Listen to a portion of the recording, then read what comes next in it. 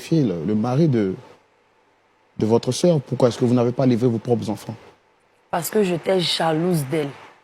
Elle vivait trop une vie heureuse que j'ai toujours souhaitée. J'étais remplie de haine, d'amertume. Mes enfants, eux, je volais leur étoile. Ça veut dire quoi? Mes enfants, je volais leur étoile. Ils ne peuvent pas travailler. Ils ne peuvent rien faire.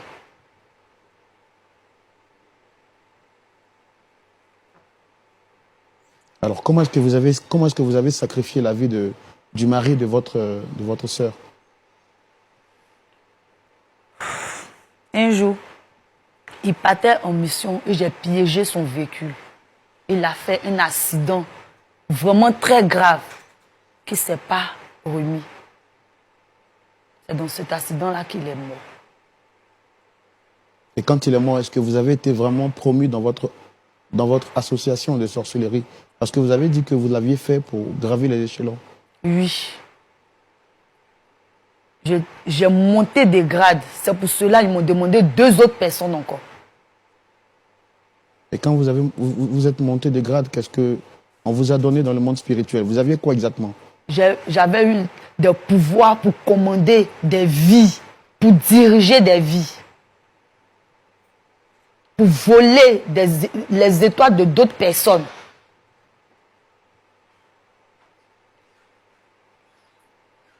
Et vous faites...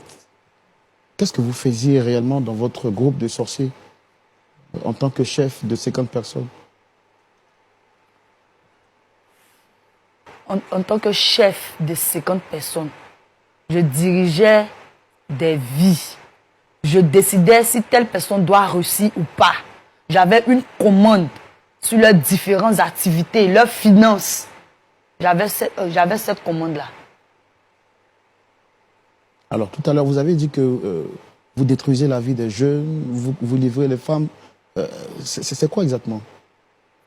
Vous voyez, il y a d'autres jeunes filles qui ne se marient pas, elles se promènent, elles ont plusieurs gars, elles font la prostitution. C'est pas simple, hein. Le monde que vous voyez, c'est pas simple, c'est aussi spirituel. Il y a d'autres garçons qui vont pas à l'école, qui s'adaptent aux drogues. C'est pas simple. C'est nous qui faisons tout ça. Alors, mais tout à l'heure, vous avez dit que vous initiez les enfants. Oui. Et c'était pourquoi? Pour que leurs parents souffrent. Pour que leurs parents les parlent. Ils n'écoutent pas. Pour qu'ils donnent leurs parents en retour. Parce que dans notre clan, quand tu donnes, on doit te redonner. C'était comme ça. Donc dès ton bas âge, on t'initie. Là, tu sais comment fonctionne la famille. Tu vas monter de grade au fur et à mesure lorsque tu vas grandir.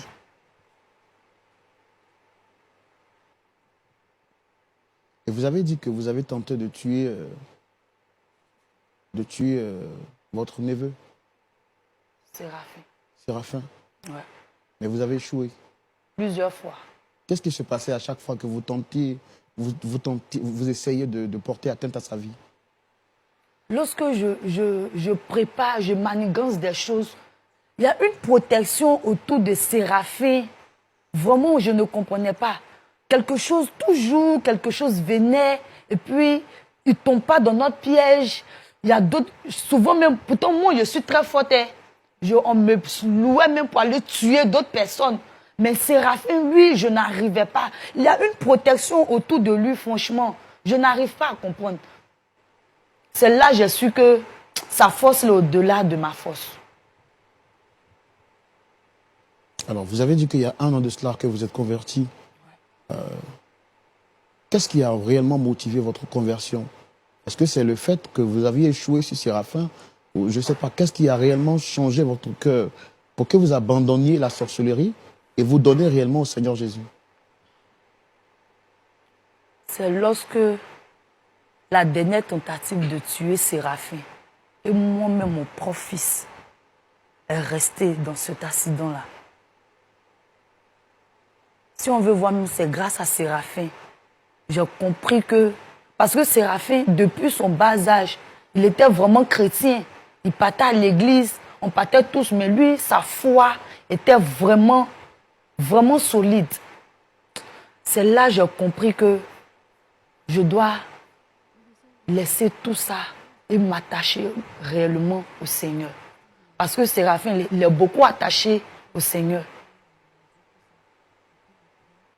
Alors, vous avez expliqué comment est-ce que vous avez tué le père de Séraphin. Comment est-ce que vous avez pu réussir à détruire la vie de la mère de Séraphin et de son frère jumeau? On partait tous à l'église, mais ils n'avaient pas la foi. Donc, suite à une maladie, j'ai mis une maladie sur eux. On s'est promené, moi-même j'étais là, on s'est promené dans les hôpitaux pour chercher des remèdes, mais rien. Parce qu'ils n'avaient pas cette protection que Séraphin a là.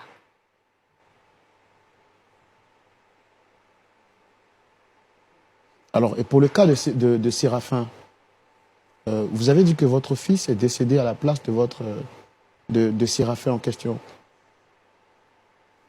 Qu'est-ce qui s'est passé? Est-ce que vous avez une idée de comment est-ce que les choses sont passées? J'ai piégé la voiture de Séraphin lorsqu'il partait à une conférence. Quand il m'a dit, maman, je voyage. J'ai dit bonne route, mais dans mon cœur, je dis, tiens, ça c'est une occasion. J'ai piégé sa voiture. Mais comment les choses se sont passées? Moi-même, je n'ai rien vu venir. On m'annonce que c'est mon fils Mathieu qui est décédé. Pourtant, je contrôlais bien la situation. Mais je n'ai rien vu venir. C'est pour cela que je dis, Séraphin, sa protection qu'il a là.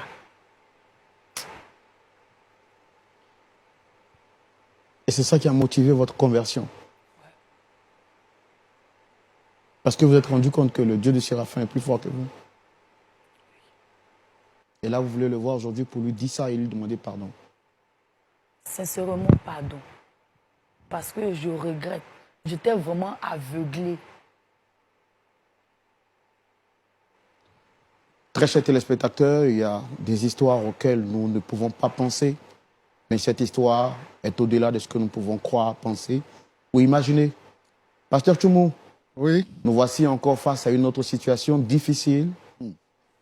Elle dit qu'elle tentait donc de mettre fin à la vie de Séraphin, qui est un chrétien engagé, selon ses dires, mais le Seigneur l'a dérouté. Ce qui me trouble, c'est qu'elle partait à l'église, mais pratiquait la sorcellerie. Pour comprendre la suite de l'histoire, je voudrais vous demander, bien entendu, très cher public, de recevoir ici Séraphin sous vos applaudissements.